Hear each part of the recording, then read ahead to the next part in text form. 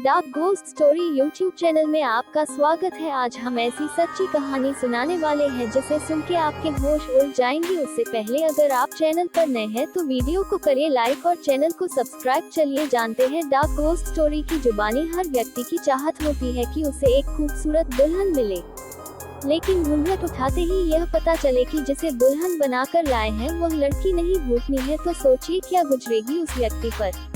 ऐसी ही एक पुरानी घटना है बिहार के दरभंगा जिले के नेहरा गांव की। गांव के निवासी राधेश्याम चौधरी बताते हैं कि इस गांव के एक युवक की शादी हुई। युवक अपनी दुल्हन को लेकर घर वापस आ रहा था। उन दिनों डोली में बैठकर दुल्हन आती थी। रास्ते में डोली लेकर चलने वाले जब थक गए तो उन्होंने एक पेड़ के नीचे डोली को रख दिया और सुस्ताने लगे। कहते हैं कि इसी बीच एक भूतनी ने दुल्हन को मार दिया और उसके शरीर पर कब्जा कर लिया। कोई भी इस घटना को समझ नहीं पाया और दुल्हन की डोली ससुराल आ गई। रात के समय जब दूल्हा अपने कमरे में पहुंचा, दुल्हन का घूंघट उठाकर उसका चेहरा देखने लगा। तभी उसे तेज प्यास लगी और पानी पीने की इच्छा जताई। दुल्हन बैठे बैठे हाथ बढ़कर कुएं से पानी भर लाई। ये देखकर दूल्हा बेहोश हो गया।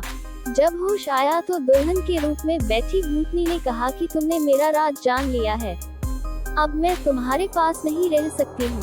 अगर तुम्हारे पास रहूंगी तो तुम्हें भी जान से मार डालूंगी। भूतनी ने कहा कि इस गांव में मैं दुल्हन बनकर आई हूँ, इसलिए अब से यह गांव मेरी देखरेख में रहेगा।